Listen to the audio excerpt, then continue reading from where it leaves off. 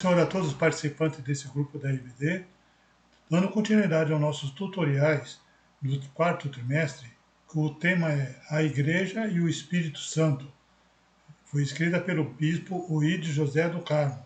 A lição é 7, os dons de elocução. A coordenação nesse dia é do pastor Ademar e será ministrada no dia 13/11/2022. Dons relacionados à elocução.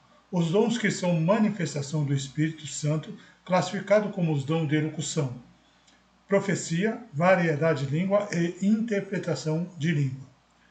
Eles capacitam o corpo de Cristo a falar sobrenaturalmente e eles visam edificar, exortar e consolar a Igreja de Cristo.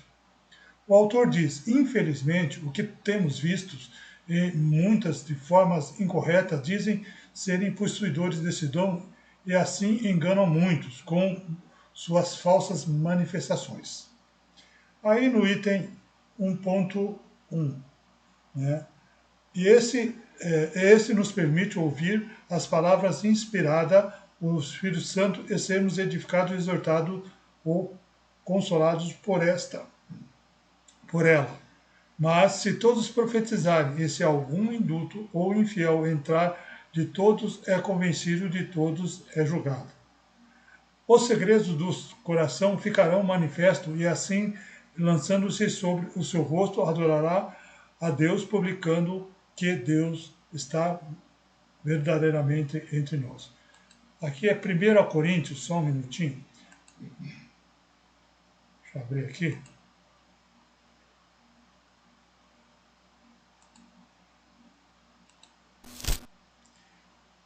Nós estamos em 1 Coríntios 14, 14 a 25. 1 Coríntios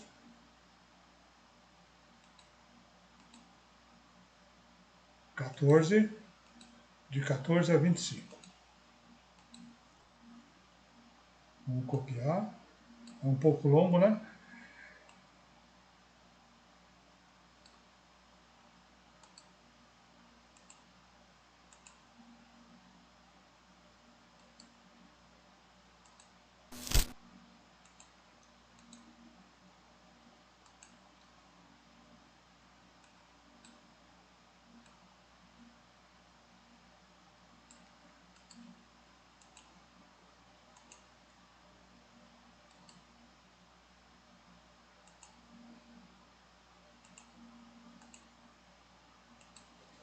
Pronto, só deixo aqui colocar o marcador de texto. Ok. Aí diz o quê? Tá? Como eu não fiz aqui a colocação dos versículos, primeiro nesse tópico aqui, para a gente não ficar muito atrasado, então eu vou colocando ao vivo aqui.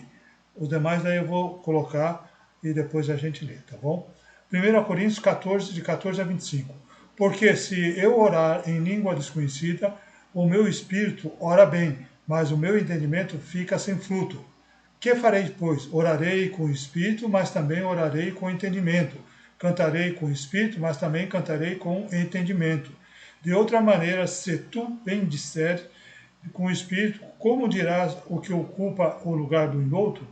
O amém sobre a tua ação de graça, visto que não sabe o que dizem, porque realmente tu dás bem as graças, mas o outro não é edificado.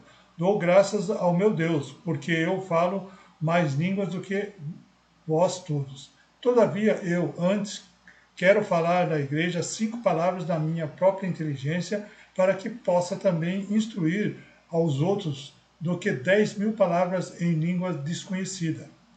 Irmãos, não sejais meninos no entendimento, sede menino na malícia e adultos no entendimento. Está escrito na lei, por gente de outras línguas, de outros lábios falarei esse povo, e ainda assim me ouvirão, diz o Senhor. De sorte que as línguas são um sinal, não para os fiéis, mas para os infiéis, e a profecia não é um sinal para os infiéis, mas para os fiéis. Se, pois, toda a igreja congregar num lugar, todos falarem em línguas, e entrarem indultos ou infiéis, não dirão porventura que estáis louco? Mas se todos profetizarem, e algum indulto ou infiel entrar, e todo é convencido, de todos é julgado. Portanto, o segredo no seu coração ficará manifesto, e assim lança-se sobre o seu rosto. Adorará a Deus, publicando Deus está verdadeiramente entre nós. Aí no comentarista aqui, né, o autor cita o bispo primaz Manuel Ferreira. Nos últimos dias, esse assunto tem sido temas infindável de discussão, fazendo com que muitos fiquem confusos sobre o assunto. A Bíblia faz ver que o dom de profecia de uma habitação divina ofertada ao cliente para edificação e exortação dos santos. Aqui não é cliente não, eu acho. Só deixa eu dar uma olhada aqui. Nós estamos na lição 7. 7.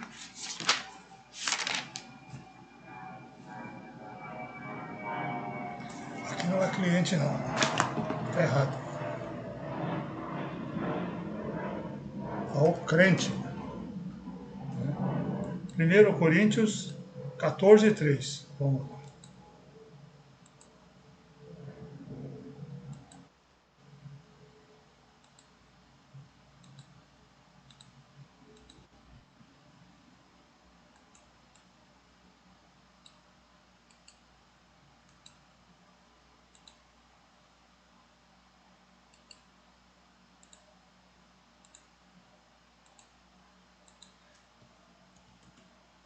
Mas o que profetiza fala aos homens, para edificação, exortação e consolação. Tá? Deixa eu colocar aqui, vamos ver se tem muitas aqui. Aqui não tem muitas, né? Então, vamos acabar de ler aqui, depois eu vou colocando ao vivo. Os demais aí eu coloco depois a gente lê, tá bom? Então vamos lá. No 1.2, a importância do dom de profecia para a Igreja de Cristo. O apóstolo Paulo possuía uma visão profunda sobre a importância do dom de profecia para a Igreja de Cristo. 1 Coríntios 14, 1. Né?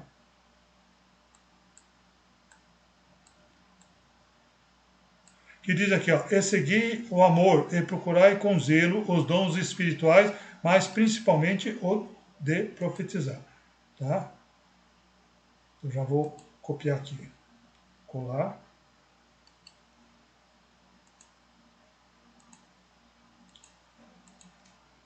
Okay. O autor reitera a importância da profecia, pois aquele que profetiza edifica toda a igreja.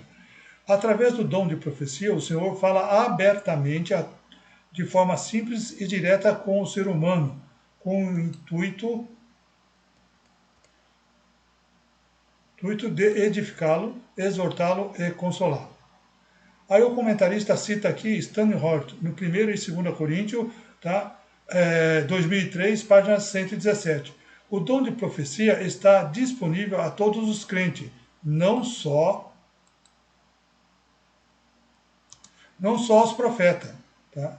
Atos 2, 17 e 18. Atos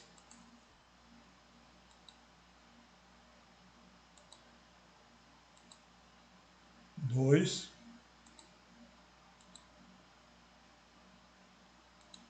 17 e 18.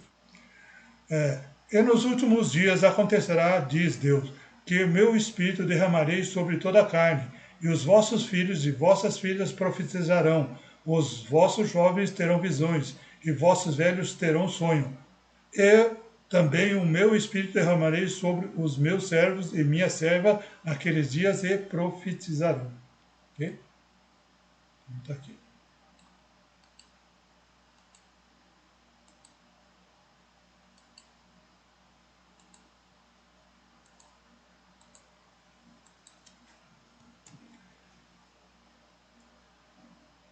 Aí diz, o Espírito usa o dom de uma diversidade de modos para levar a mensagem de Deus aos crentes. O sermão de Pedro no dia do Pentecostes não foi um sermão comum da palavra, antes foi uma manifestação do dom da profecia. Ok? E aqui, para terminar então o tópico 1, julgar a profecia. A Igreja de Cristo, bem doutrinada, não tolera os falsos profetas em seu meio. e faz o uso correto dos dons espirituais de acordo com a palavra de Deus. João, em sua palavra, sedimenta que é dever da igreja julgar as profecias, para ver se estão de acordo com a palavra de Deus. João manda provar a veracidade dos profetas para ver se está em conformidade com a Bíblia. Paulo orienta a igreja sobre a necessidade de julgar. 1 Coríntios 14, 29.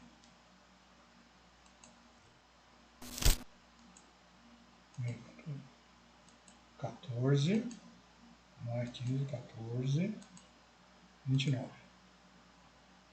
Opa, 14, 29.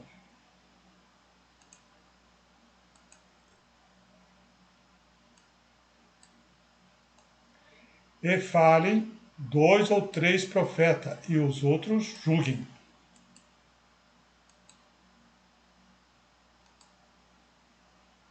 Opa, 14, 29, é isso? É isso mesmo.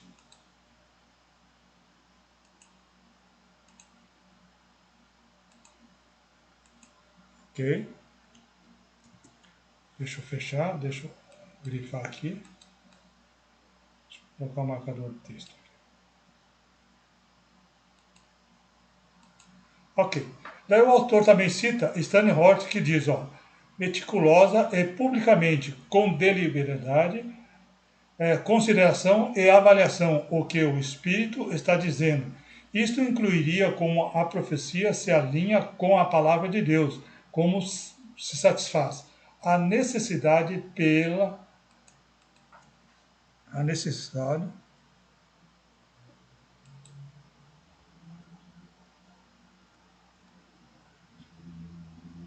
a necessidade de qual é o propósito de Deus e que os crentes devem fazer com o que ouvem para edificar o corpo.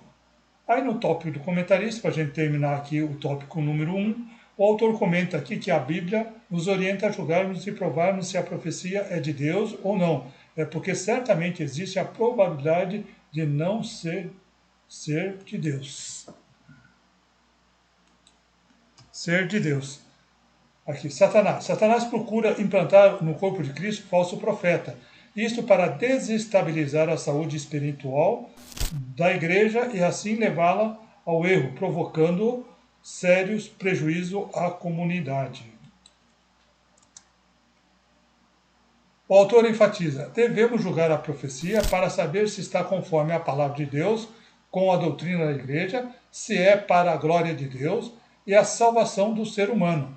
Não devemos abdicar do auxílio do Espírito Santo para reconhecer a correta voz do Senhor. É importante termos entendimento de que, como pentecostais, o dom de profecia continua sendo útil para contribuir para a edificação e aperfeiçoamento dos santos. Bem, aqui nós terminamos então o tópico 1. Aguardo todos no tópico número 2, a variedade de línguas. Muito obrigado por assistir. Até lá, se Deus permitir.